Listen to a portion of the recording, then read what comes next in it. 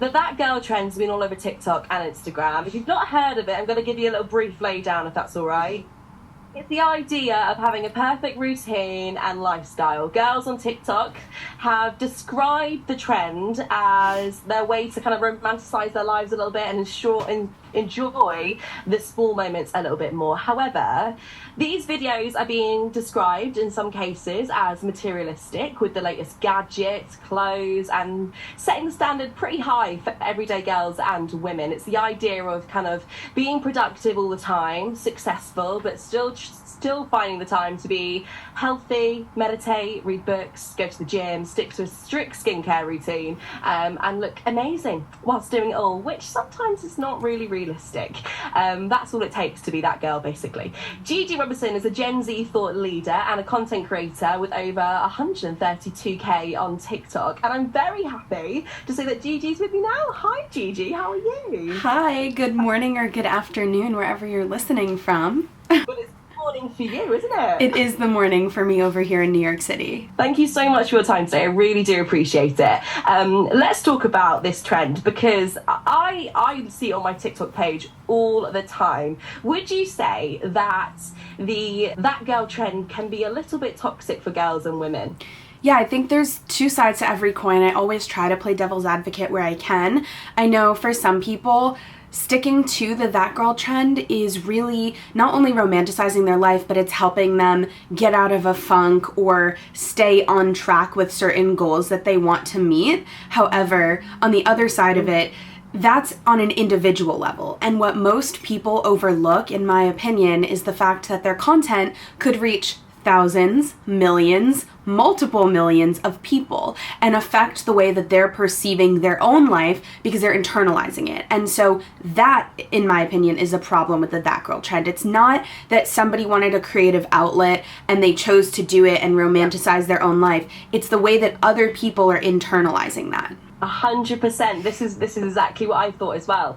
It's not that like the issue is people filming their days and making it look pretty and making it look gorgeous. That's absolutely fine. It's the pressure of being perfect and how that can affect us day to day, because it's not a reality, is it?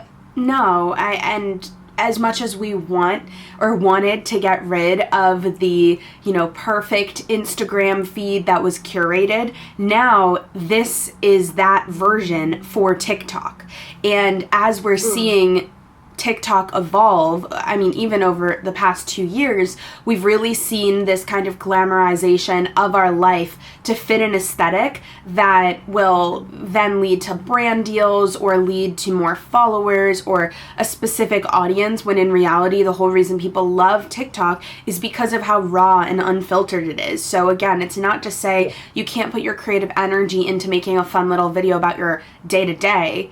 That's not the problem. The problem is that it's just a little too curated, and I think it's phony at this point. I agree. I understand where you're coming from as well. It's the high expectations, isn't it, of what your life should be. What would your advice be to girls or women who are trying to keep up with the pressures of making sure their Insta looks good, making sure the grid looks perfect, and even now their TikTok looks perfect? What would be your advice to them?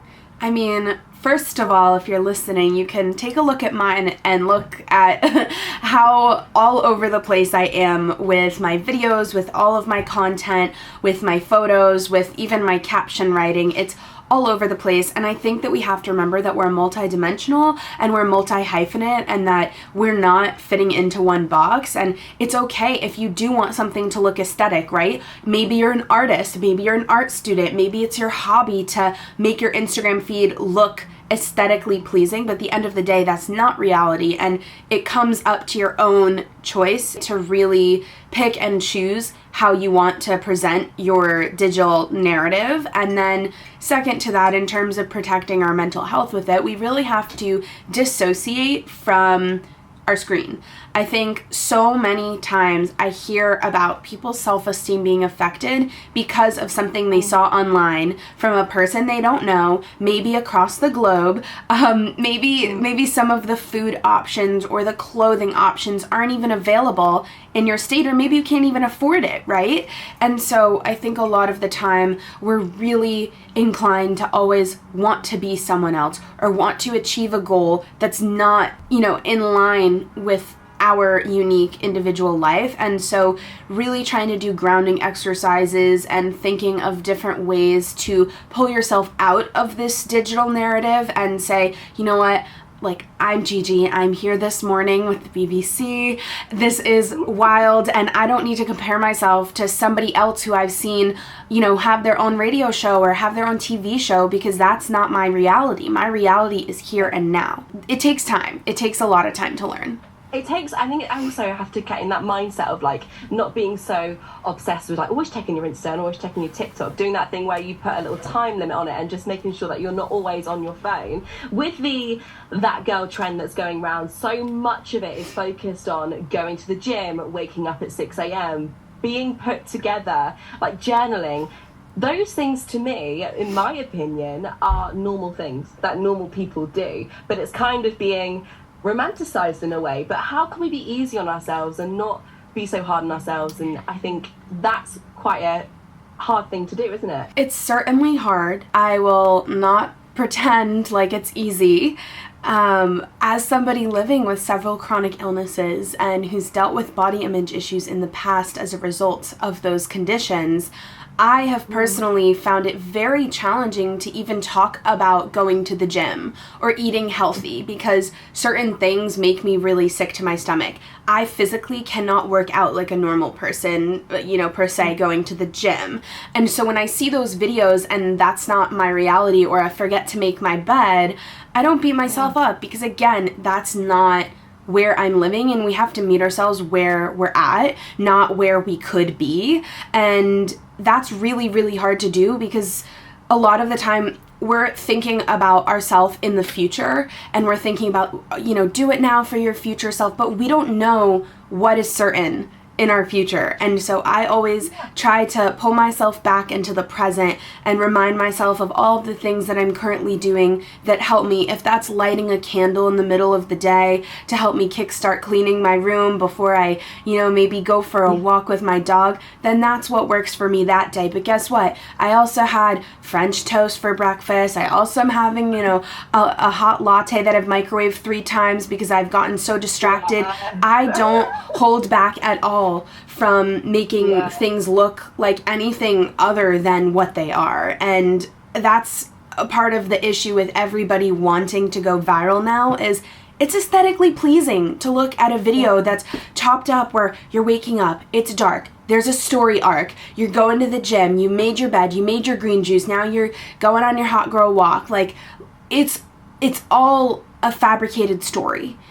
It's not the reality. No, it's not, and I think that's important to remember, isn't it? That's the key point really from this. I saw a quote online that really resonated with me earlier today. It said, an overfixation on inner work and wellness can be a complex system of controlling behaviours and emotional guidance. It's true, isn't it? It's just getting into that habit of doing everything the same day. You'll just end up having a really, I think, quite boring life if everything's the same.